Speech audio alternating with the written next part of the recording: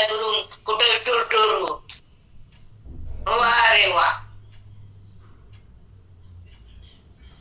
ज्यांना वेदाची संपत्ती देता येते, ज्यांना आत्मस्थिती प्रगट करता येते आणि ज्यांना अध्ययन करून अवरात्र देहाची जीविका, तो ब्रह्मवेत्ता असतो. आमचे महात्मे आम्ही डोळ्याला बघितले, धाड धाड धाड एवढी थंडी पडायची. 4 कोट, स्वेटर, शर्ट असे एकावर एक घालून 4 फुटावर घालून हाताची कडून मफलर बांधून थंडीमध्ये कुडकुडत 1 पावलं टाकत 2 किलोमीटर चालत आमचे महात्मे आमच्यासाठी येत होते. दोन्ही महात्मे माझे विद्यानगर मध्येच, परभणी.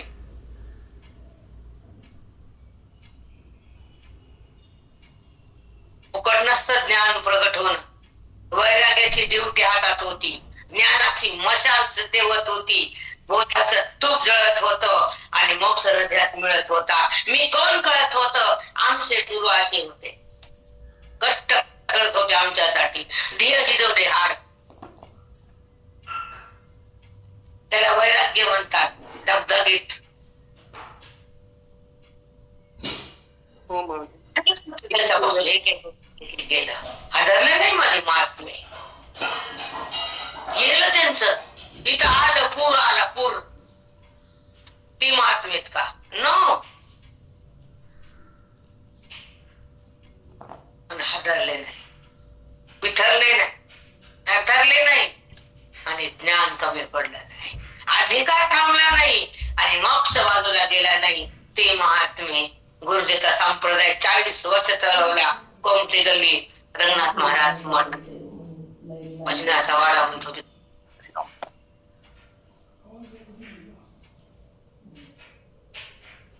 जगासाठी झिजणारे,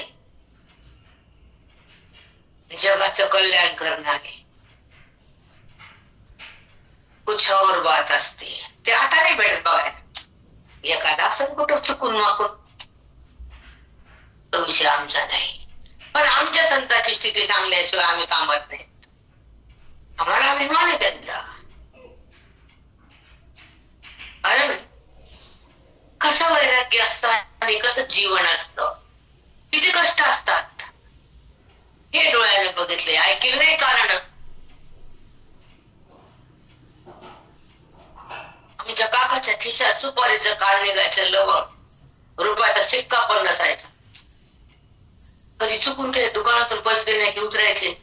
रिक्षावाला पैसे येऊ जा, दुकान पे जा, इथं देतो. पैसे नाही माझ्याकडे. दिले नाही का पोरात? नाही दे. रिक्षा होता काकांना. थकल्यावर तर त्याला 5 रुपये रिक्षा होता तेव्हा. 2 रुपये 5 रुपये. पण 2 रुपयाचा शिक्का पण खिशात नव्हता.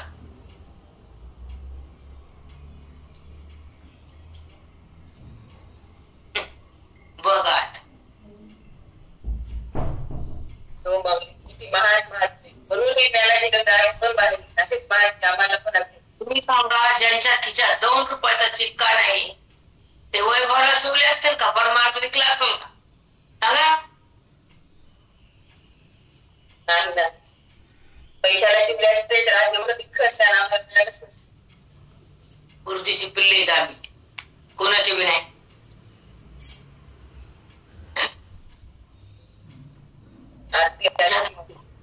खिशात हात घालायचे, हातात सुपारी, लवंग निघायची. सुपारी कधी लवंग, कधी ते तुकडा, बस काहीच नाही खिशात.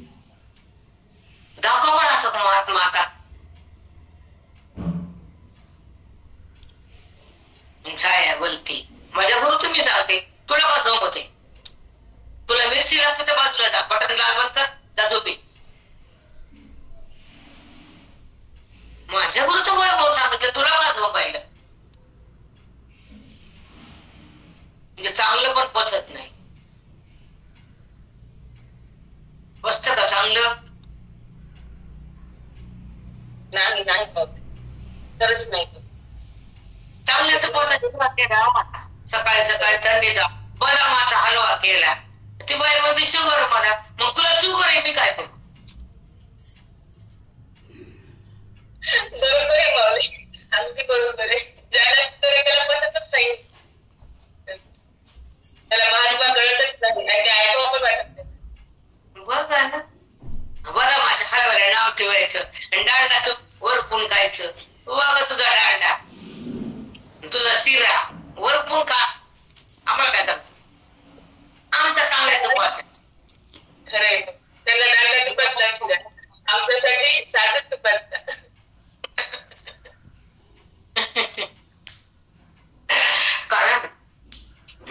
बघितले आम्ही आयुष्यभर.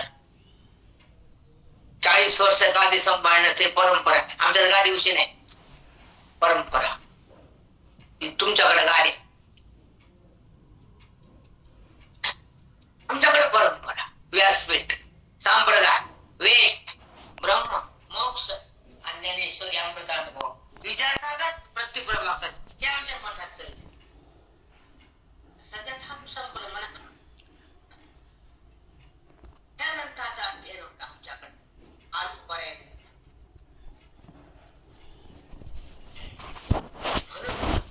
सत्संग काय, सद्गुरु काय, सतशास्त्र काय, स्वरूपता काय, परमेश्वराची अभिन्नता काय, देह भिन्न भाव काय, याच्यावर बोलणार आहे मी आज 5 मिनिटं.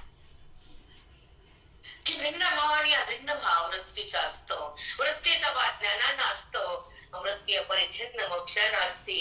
आणि सद्गुरूचे बोधामध्ये हृदय असतं, तेव्हा तर स्वच भान सोला असतं. तिथं वृत्तीचं नातं नसतं, तर देहभाव कुठं असतो? संबंध नसतो वृत्तीचा. वृत्ती ब्रह्मलीन झाली, अहंकारातून बाजूला आली, ज्ञानमय अवस्था झाली, मोक्षाची स्थिती प्रगट झाली आणि देहबुद्धी नष्ट केली. माझ्या साधून संपत्ती दिली, मोक्ष स्थिती प्रगट झाली, देहस्थिती बंद केली, वेदाची शक्ती हृदयात आली, जीवन मुक्ती हातात आली, व्यवहार हा बाजूला गेला, निर्व्यवहार हा प्रगट झाला, परमात्म्याचा अनुभव आला, जगताचा भ्रम गेला. हा अनुभव माझ्या संतांना हृदयात प्रगट करून दिला. मोक्ष म्हणते त्याला आणि परिमणी म्हणते त्याला.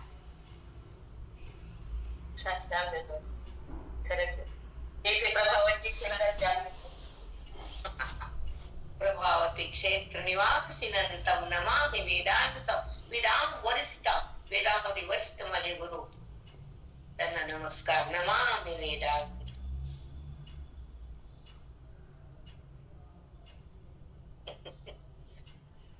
का थांबत नाही वाणी? पाक शब्दाच्या मुळे कधी करावं लागत नाही, कधी बोलण्यात बोलका होत नाही. हे व्यासपीठ मला कधी प्रश्न पडतो, मी काय म्हणलं मॅडम? कधीच वाणी थांबत नाही. बाळ बाळ बाळ बाळ बाळ बाळ बाळ. ते धरणाचं पाण्यासारखं निघतं पाणी बाहेर. इथे तर धरण नाही मला आमच्यापासून. काय असं हे रोज नवीन नवीन नवीन नवीन नवीन ते 5 उदाहरण, तेच परमानंद कुठे नाही आमच्यापासून.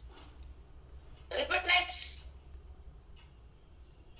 मोक्षावरून दुसरं नाहीच, आणि अभय भक्तीशिवाय बोलणं नाहीच. कारण वेदांत ज्ञानेश्वरी आहे, त्या भक्तीनंतर ही भक्ती आहे.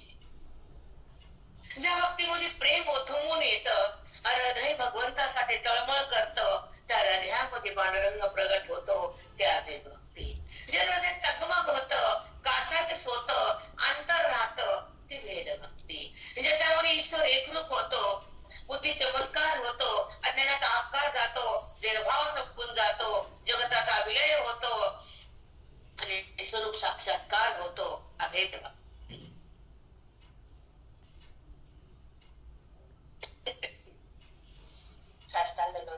खरंच आहे. मग भेद भक्ती, अभेद भक्ती हा पाठ अवर्णनीय आहे.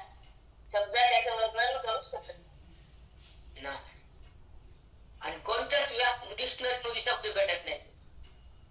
सांगा आहेत का कुठं? आहे मग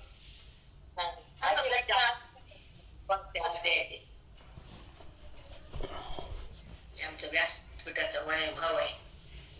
जसं बाबाचे कष्ट लेकराला आपोआप, तसे आमच्या गुरुचे कष्ट तुम्हाला आम्हाला आपोआप. मला सांगितलं ना, थंडीमध्ये 4 कोट, स्वेटर, 2 शर्ट, 4 घालायचे, अंगावर कपडे, हात घडी करून कुडकुड करून यायचे, तरत पाय पाय पाय पाय. VIP कार नव्हतं 50 लाखाची, पायानं चालायचं. आमचे गुरुजी छकडा म्हणून गाडीमध्ये बसायचे, बैलगाडी, आणि खेड्यामध्ये जायचे.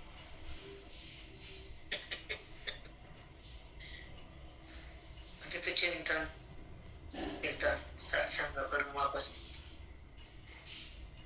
हे आमचे परंपरा आहे. तर बघायला नाही ऐकायचं तर बातला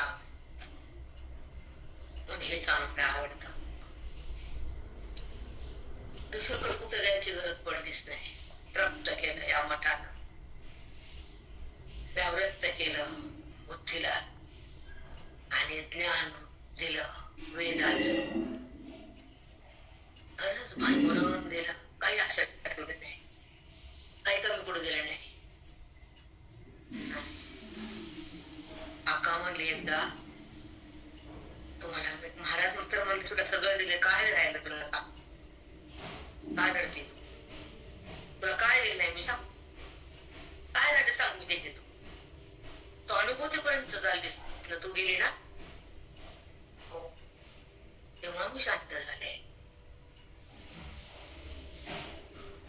काका म्हणले आता तुम्ही कुठं पण जा, काशीचा विद्वान येऊ द्या, पण हे कधी ऐकलं नाही असं वाटणार नाही.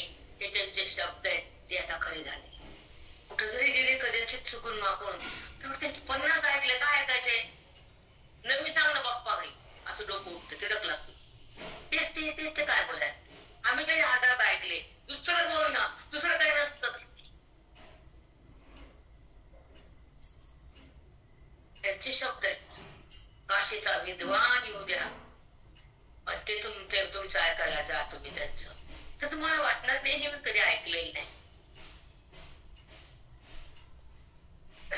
आणि खरीच तीच अवस्था आहे. हो माऊली, खरंच आहे. हे पाठ ऐकल्यावर काही ऐकल्याचं राहतच नाही, काहीच ऐकायचं पुरत नाही. आता काय ऐकायचं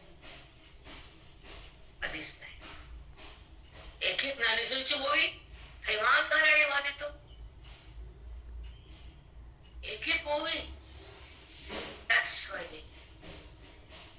अजून काय द्या, महात्म्याला द्या.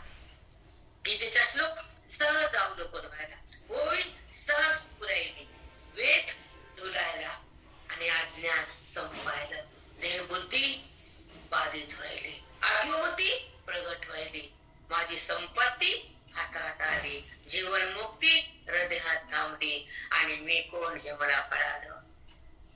माझं ज्ञान मला मिळालं, माझंच ज्ञान मलाच मिळालं.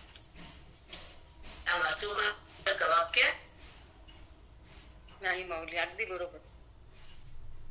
जीवन मुक्ती हृदयात थांबली, खरंच माऊली, काय अनमोल वाक्य आहे.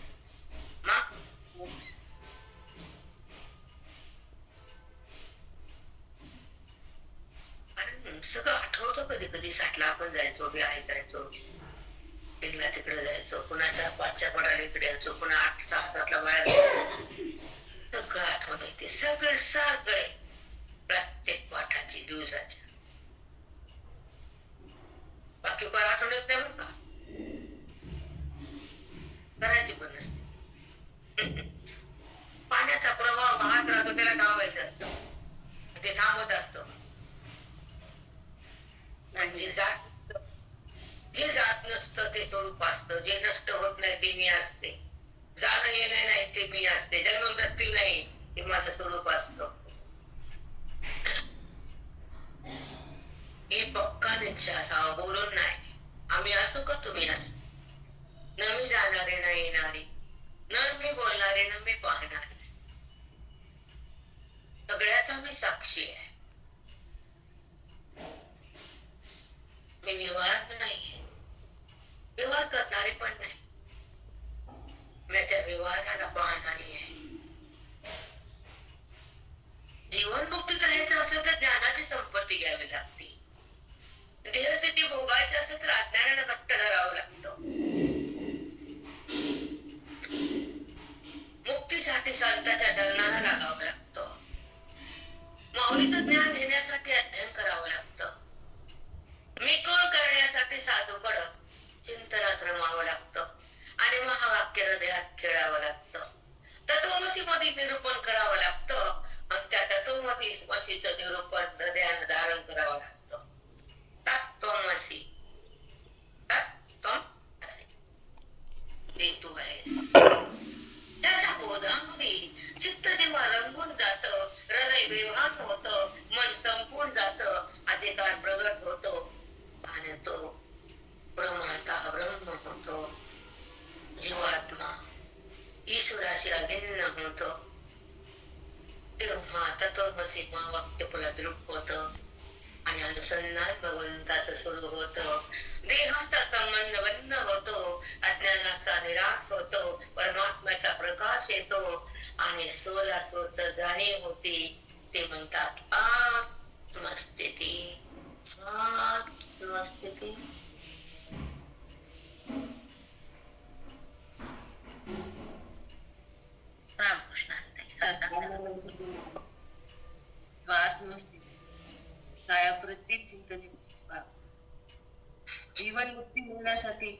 ज्ञान संपत्ती पाहिजे. देहस्थिती भोगायला अज्ञान घट्ट पकडावं लागतं. मुक्तीसाठी संत चरण पकडावं लागतं. माऊलीचं ज्ञान मिळण्यासाठी अध्ययन करावं लागतं. मी कोण करण्यासाठी संतान यावं लागतं. तत्वमसी महावाक्याचं सद्गुरूच्या श्रवणात अध्ययन करून त्याचं निरूपण हृदयानं धारण करावं लागतं. त्याच्या बोधानं चित्त रंगत, हृदय बेभान होतं, मन आत्माराम होतं, अधिकार प्रकट होतो. तो जीवात्मा परमात्मा होतो, परमात्म्याशी अभिन्न होतो. महावाक्याचं तत्वमसी तो मीच आहे हे फल हृदयात फलद्रूप होतं. हृदयाचं अखंड अनुसंधान भगवंताशी राहतं. अज्ञानाचा निराश होतो. परमात्म्याचा प्रकाश चित्तात येतो. स्वची स्वला जाणीव होते. ती खरी आत्मस्थिती. अष्टांग नमः असं चिंतन जगाच्या पाठीवर सुद्धा कुठं मिळणार नाही. काय दिलं माऊली बेटा, हे हृदयाच्या पेटीमध्ये ठेवा. वहीच्या कागदावर हे कुठं वाचून नाही, हे ऑटोमॅटिक तुमच्यासाठी आले. मी तर काही सध्या तर अभ्यास तर जायचंय, माझं फिरणं, माझे काम, त्याच्यामध्ये मला वेळ पडत नाहीये. 2 घंटे आराम करते आणि बिलकुल अभ्यास तर नाहीच. माझे हे लिहिणे झाले माझं. मी अभ्यास 4-5 दिवस करून ठेवला, कारण मला तर वातावरण माझं तर तिकडे हॉस्पिटल घरी बाहेर जाणं चालू आहे. दिसून बाय आली, तिकडे चालली, इकडे चालली, काम घरचे पॅकिंग माती तिकडे चालूच माझ्या मग. अभ्यास तर शिव नाही माझा. गावाने बोलते मला माहित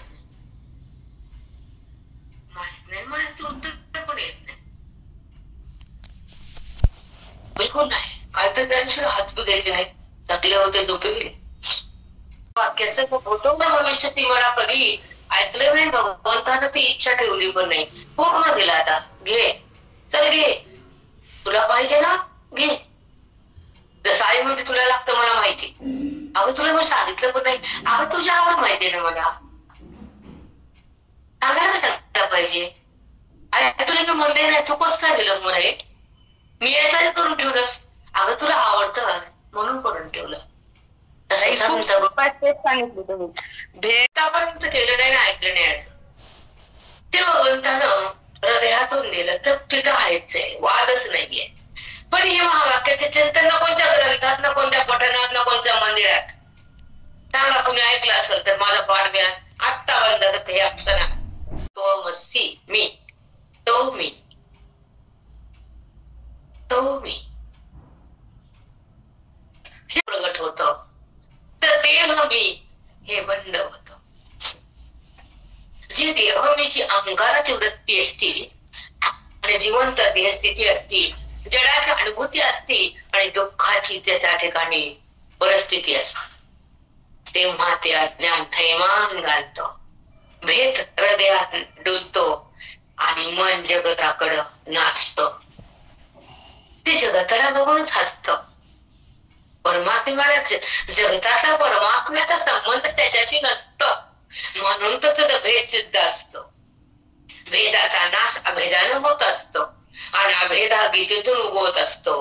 गीतेचं रूपांतर ओवीत असतं आणि ओवीचं ज्ञान मनामध्ये बसतं. तेव्हा ते आमच्या गुरुचं वैभव, आमच्या गुरुचं वैभव आहे ते की ओवीपर्यंत कसं जायचं, ओवीपर्यंत कसं जायचं. जी ओवी ती हृदयात ठेवायची, जो संसार आहे ते बाहेर टाकायचा, जो बोध आहे ते आत गिळायचा, जो वेद आहे ते त्याला शरण जायचं आणि अज्ञानाला सारून ब्रह्मज्ञान स्वीकारायचं. त्याच्या रंगात चित्ताला रंगवायचं आणि वेदाचं ज्ञान आत घ्यायचं, देहभावाला बाहेर काढायचं, वृत्तीला बाधित करायचं आणि स्वरूपाला धारण करायचं. अभिन्न भावात थांबायचं आणि भेदाला सोडून जगायचं. या जडाला माझं का म्हणायचं आणि आत्मारामाला का विसरायचं, वृत्तीवर का यायचं आणि देहाला का बोलायचं. नश्वर जगताला का बघायचं, विषयासाठी का रडायचं, गुणामध्ये का अडकायचं आणि तमोगुणामध्ये का भडकायचं. याला सगळ्याला झाडायचं, हृदय स्वच्छ बनवायचं, गुणातीत बनायचं, आत्मारामाला बजायचं, वेदाला बघून नाचायचं, गुरुला बघून हसायचं, ओवीकडे जाऊन नाचायचं, स्वतःला स्वतः पाहायचं, वृत्तीला धन्य करायचं, अभेदाला प्रगटायचं आणि भेदाला सोडून द्यायचं. किती सुंदर माई, खूप सुंदर. धन्यवाद माऊली. माऊली ईश्वराची भेट करूनच तत्वमसी महावाक्याचा आजचा दिवस सोन्याचा झाला. तत्वमसी महावाक्याचं चिंतन आम्हाला मिळालं.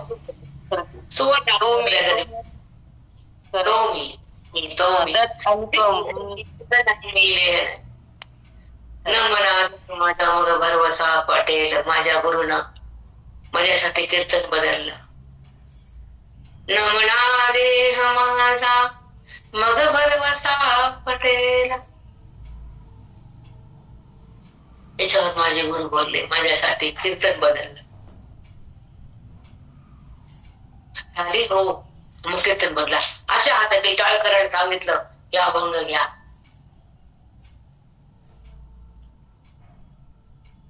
तेव्हा खरं 27 वर्षाखाली तेव्हा माझी आई गेली, तेव्हा मला गुरुनं बोध दिलाय, न म्हणा देह माझा मग भरवसा पटेल. मला काहीच कळत नव्हतं. मला मी म्हणून तर माऊली म्हणतात सद्गुरुनाथांना. सद्गुरुनाथाला माऊलीच म्हणतात, ते माऊलीच आहे. खरंच ते हृदय किती कळवळा, किती त्याच्यामध्ये अर्थभाव, किती प्रेम असतं, किती काळजी. एकदा थोडस टेन्शन होत, तेव्हा मुलगा लग्नाला आणि भाऊ आलता. तो म्हणा तुला काही नाही, आता कसं होईल तुझं, तो तिथं पापुण्य असतं म्हणजे तिथं चिंतन, तिथं चिन्मयता असते. हरिओम हरिओम. साष्टांग दंडवत. प्रारब्ध तिथे पाप पुण्य आणि जिथे चिंतन तिथेच चिन्मयता, तिथेच चिन्मयता. साष्टांग दंडवत माऊली. माझ्या गुरुजींच्या हो माऊली, खरंच किती सुंदर आहे. खूप छान वाटतं ऐकायला. राम कृष्ण कृष्ण कृष्ण. असलं लोणी खाद्या ते पांचट टाक आवडतं का कोणाचं मी, त्याला बोला. आणि हे असं होते बघा, जरा लाईट मोठा देते मोडल्यासारखं होतं, तेच मला सवय होईपर्यंत होते माई, एकदा सवय झाल्यावर होत नाही. 414 माऊली. अध्याय 16 आणि ओवी 414. ह्या ओवीतून भगवंतानं आपल्याला काय सांगितलं आणि मनानं काय अवलोकन केलं आणि बुद्धीमध्ये काय परिणाम झाला, ओवीचा प्रसाद कसा हृदयात आला आणि महाभाग्य प्रगट झालं, दुर्भाग्य अज्ञानाचं गेलं, तेव्हा रामराज्य भक्त आलं. तेव्हा रामराज्य भक्त ते कसे बघू आता. चला रामकृष्ण. ठायवरी घोरी संपत्ती ते असुरी, अधोगती अवधारी जोडली ती.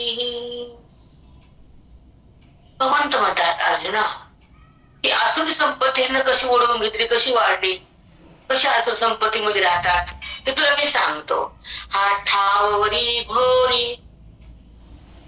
आतापर्यंत तुला मी असुर संपत्तीचं खूप वर्णन सांगितलं, पण या असुर संपत्तीमध्ये हे का थांबतात, ठाव घेतात म्हणजे थांबतात. दैवी संपत्तीपासून का लांब राहतात, दयाक्षमा ह्यांच्यापाशी का नसती, हे कठोर वृत्तीचे कसे असतात, हे मृदू का बनत नाहीत, हे अघोरी कमा का करतात, अघोर का बोलतात, तमोगुणात का येतात, हे तुला सांगणारे सगळं. संपत्ती ते असुरी, ते असुर संपत्ती मध्ये असे का राहतात ते पण सांगतो. अधोगती अवधानी. अधोगती म्हणजे अधपातन करून घेतात स्वतःच. जोडली ती. तिला ह्या लोकांना असुर संपत्ती कशी जोडल्या गेली ते तुला मी सांगतो. त्यांचे कर्म कसे नीच नीच असतात ते पण सांगितलं, आणि त्या कर्माचा प्रभाव कसा यांच्यावर होतो, आणि त्या कर्मानं हे कसे अघोरी बनतात आणि आसुरीमध्ये येतात आणि जगाला नाव ठेवून स्वतः धन्य समजतात. हे आसुरी लोक कसे असतात ते तुला मी आत्ता मी सांगितलं आणि आता पण सांगितलं, आधी मी सांगितलं आणि आता पण तेच बोलायलो. कारण ह्याचा साठा येईल जगात भरपूर येतो, पण इकडं कमीच माझ्याकडं, मला जाणणारी फार कमी, दैवी संपत्ती फार कमी, म्हणून जास्त वर्णन करावं लागतं, जास्त बोध द्यावा लागतो. पाठी व्याघ्रादी तामसा योनी तो अळमाळू ऐसा देहधाराचा उसासा आखी जोही. पाठी व्याघ्रादी तामसा, त्या तामस लोकांना व्याघ्र म्हणजे वाघ, हत्ती, सिंह, कोला, लांडगा करतो. योनी तो अळमाळू असा, योनी तो अळमाळू असा, व्याघ्राची योनी किती वर्ष चालते, आणि त्यामुळे थोडासा विसावा जरी असला तर त्याच्यामध्ये मी त्याला काढून घेतो, त्याला मनुष्य देह वगैरे देत नाही, त्याला पुन्हा आसुरी संपत्तीमध्ये टाकतो, त्याला उसाचा श्वास पण घेऊ देत नाही.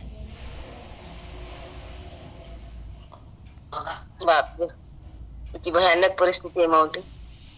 सांग मग आपल्याला वाटतं का फडफड करा, कोणाला बोला नाही, वाणीच थांबती. आता फडफड सांगूया, खरंच रागायचं शांत, कुणी अंगावर आलं त्याचं स्तब्ध व्हायचं, तमगुणाला विटाळ म्हणून समजायचं, त्याला शिवायचं नाही, तमगुणात राहायचं नाही, शब्द वगैरे बोलायचे नाही, जगाचा प्रहार सहन करायचा आणि सत्वगुणामध्ये बुद्धीने विसावा घ्यायचा, तमगुणाचा नाश करायचा, सत्वगुणाचा विष्कार करायचा, बोधाच्या प्रकाशात जगायचं, वेदाच्या ज्ञानात थांबायचं आणि स्वतःचं स्वरूप बुद्धीमध्ये प्रकट करायचं. या शब्दाला, या जगताला, या व्यवहाराला, या देहाला बोलायचं, बाजूला अलिप्त व्हायचं. हे ज्ञान शिकवतो, अवस्था तयार होती, तशी निरामय अवस्था होती जी सध्या मी बघते. चांगली पण सांगायची वेळ येत तुम्हाला, बोलणे हे शब्द आम्ही तुम्हाला निरामय. गुरुमाऊली, तुमच्या पदातच आम्ही राहावं लागते ताई, तुम्ही ज्या पदात त्या पदात आम्ही राहायचं ताई, सांगावंच लागतंय आम्हाला. तुम्ही कोण काय करायला, हे वृत्तीचा संबंध सुटल्यावर काय त्या व्यवहारिक माहित नाही, व्यवहारानं वृत्ती वाटूच नाही, अज्ञान दाटूच नाही, सतसंग सुटूच नाही, ब्रह्मभाव आठूच नाही, आणि मी कोण कळल्यावर या जगताला बोलूच नाही. आपल्या चिन्मतेत राहावं, या व्यवहारात राहू नये. नाही दया क्षमा वागावे, आता तोच व्यवहार होत राहावा. कोण जरी आक्रोश केलं त्याला दया करून त्याच्या हातात धन द्यावं, त्याला छान म्हणावं. आपला आपण व्यवहार आपण नीट करावा. त्यांना आपल्या अंगावर अडकून आपण त्याच्या अंगावर जाणं हे तमोगुणीचा प्रकार आहे. त्यांना बोललं म्हणून आपण त्याला धरणं हा बद्धतेचा प्रकार आहे. देहभाव उत्पन्न करणं हा अघोरी प्रकार आहे. आणि देहभावाचा नाश करण्यासाठी आत्मप्रकाशात येणं हा उद्धाराचा प्रकार आहे. सतत संघामध्ये राहून सतरूप होण्याचा जो कष्ट देहाला देतात ते अज्ञानातून बाहेर येतात, अविद्येचा संहार करतात, ब्रह्मविद्येचा साक्षात्कार करून घेतात आणि वेदाच्या ज्ञानामध्ये राहून बोधाच्या अंगणामध्ये ते खेळतात. ते बोधाचं अंगण म्हणजे गीता, वेदाचं ज्ञान म्हणजे ओवी, आणि मी कोण कळणं आजच्या वेदाचा सार आहे. सगळं शास्त्राचा भंडार आहे, सगळ्या शास्त्राचा भंडारा म्हणजे ज्ञानेश्वरी आहे. कळतं कुठं? ज्ञानेश्वरी कळाली की सगळे ग्रंथ मिळाले हिंदू धर्माचे, ऑल ग्रंथ. कारण हा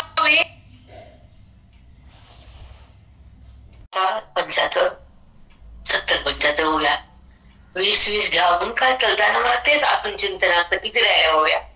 आता 16वा संपायचंय, आता 12 दिवसाकडे संपून टाकावं. लक्ष्मी रमणाला भेटायचं व्यंकटरमणानं बोलवले आणि आता हे संपवून जावं. साष्टांग दंडवत माऊली. आमचंही हेच मागणं आहे माऊली, असंच व्हावं. हो बेटा. साष्टांग दंडवत माऊली. अभिन्न भावाची संपत्ती खरंच कमी पडते. मला अभिन्न भावात राहायचं देवा. तुझं सुख मला घ्यायचंय, आनंद रूपाला व्हायचे, भेदातून मला पटकन बाजूला निघायचे. मला नको हा संसार, नको हा देवभाव, नको हे विचित्र नातं, नको हे दुःख आणि सुख, नको हे गुण आणि जगत, नको मला. हे सगळं बाजूला ने, सगळं बाजूला कर. तुझ्या चरणावर चित्त एक कर, आत्मभाव सुरू कर, देवभाव बंद कर. माझ्या बालाजीला नमस्कार आहे महाराज. माझ्या घरात माझ्या मंदिरात आहे मूर्ती, परंपरेची मूर्ती माझ्या घरात आहे, बसवलेली नाहीये. त्याचं स्वरूप माझ्या हृदयात आहे, त्याचं ज्ञान माझ्या चित्तात आहे, त्याच्या अनुभूती क्षणाक्षणात आहे. तो तर कणाकणात आहे. त्याचं ज्ञान ओवीत आहे, त्याची अनुभूती वृत्तीत आहे, त्याचे संस्कार हृदयात आहेत, त्याचा भाव चित्तात आहे. आत्मभाव हे मला ज्ञान दे, हा मला बुंदीचा लाडू दे. आत्मभावाचा लाडू लक्ष्मी रमणाला मागायचा आहे.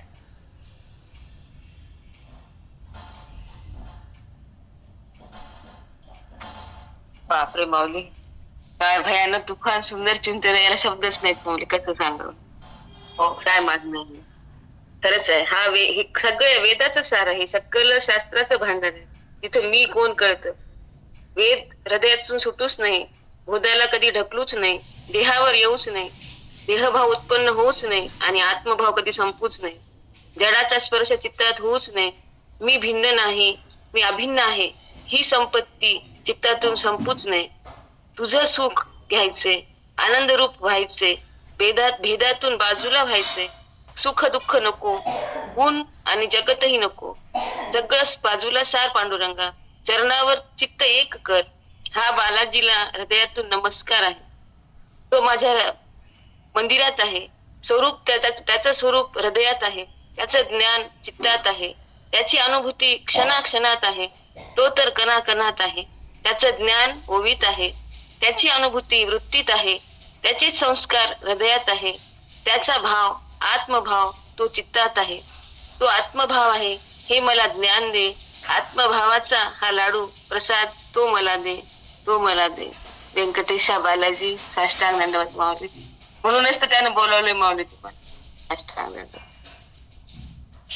सुंदर घेतलं प्रेरणा, खूप छान घेतलं प्रेरणा. लक्ष्मी तुला पण रमणा धाव दे बाप्पा.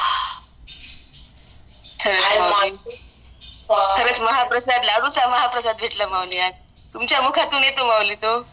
आम्हाला तर काय ऐकायला मिळतं. काही शब्द प्रेरणा खूपच इतकं उच्च कोटीचं चिंतन आहे आज. भयानक तुफान सुंदर. बालाजीला गेलोत पावली आम्ही आज. बालाजी झाला, आम्ही लाडू झाला, सगळं झालं. ऐक ना प्रेरणा, एवढे दिवस खरंच येत आहे हे दर्शन. खरंय भिन्न राहायचं, त्याला मागायचं, त्यानं पुन्हा पुन्हा द्यायचं, त्याला न मागता त्यानं इच्छा पूर्ण करायचं, त्याला बालाजी म्हणायचं. त्याला कळते तुला काय पाहिजे ते. माऊली देतोच माऊली देतोच. देतोच. तथा असतो. माय बाप आहे तो, जाज्वल आहे, प्रगट आहे, स्वयं आहे. स्वयं मागावं लागतं का? नाही, त्याला कळतं. त्याच्या पाशी गेल्यावर मिळतं.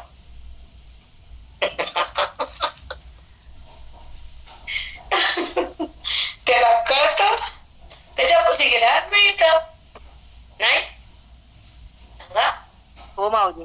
हो हो माऊली. माऊली मिळतं. काय सुंदर शब्द आहेत माऊली, काय रचना आहे खरंच. कसं करता तुम्ही, एवढं सुंदर बोलता. बापरे, व्यासपीठावर आलं ना काय आबानी आघात काढते. बापरे, न मागता तो इच्छा पूर्ण करायचं. खरंच न मागता इच्छा पूर्ण करतो तोच बालाजी. त्यालाच बालाजी म्हणायचं. तोच मायबाप आहे, जाज्वल्य आहे, प्रगट आहे, स्वयंभू आहे. आणि स्वयंलाच मग काय मागायचं हे नाही त्याला कळतं, त्याच्यापाशी गेल्यावर मिळतं. साष्टांग खरंच काय शब्द माऊली तू. असं कळाल्यावर तर काय राहते का, एवढा आनंद आहे आम्हाला आमच्या त्याला कळतो, त्याच्यापाशी गेले ते मिळतं म्हणून त्याच्यापाशी जायचं, त्याला नमन करायचं, त्याला हृदयात धरायचं, त्याच्यासोबत रंगायचं, त्याच्या रूपाला बघायचं आणि त्याला बघून धुंद व्हायचं, त्याचं रूप डोळ्यात घ्यायचं, त्याला नतमस्तक व्हायचं, त्याला शरणागत व्हायचं आणि त्याच्या रूपामध्ये आपलं अरूप ओळखायचं. त्याचं स्वरूप ते प्रगट झालाय, पण तुझं स्वरूप मला माहितीये. तू दिसतोस किती गोड आहेस, पण हसतोस त्याची मला आवड आहे, त्याचा मला भेद आहे. बालाजी तू तोच आहेस, दिसतोस तसा, असतोस असा. दिसतोस तसा पण हसतो असा. किती सुंदर माऊली, किती सुंदर सांगता. बापरे. लक्ष्मीकांता तू दिसतोस, माझ्या हृदयात असतोस, म्हणून तर मी बोलते. चला थांबते मी, टाइम पण झालाय.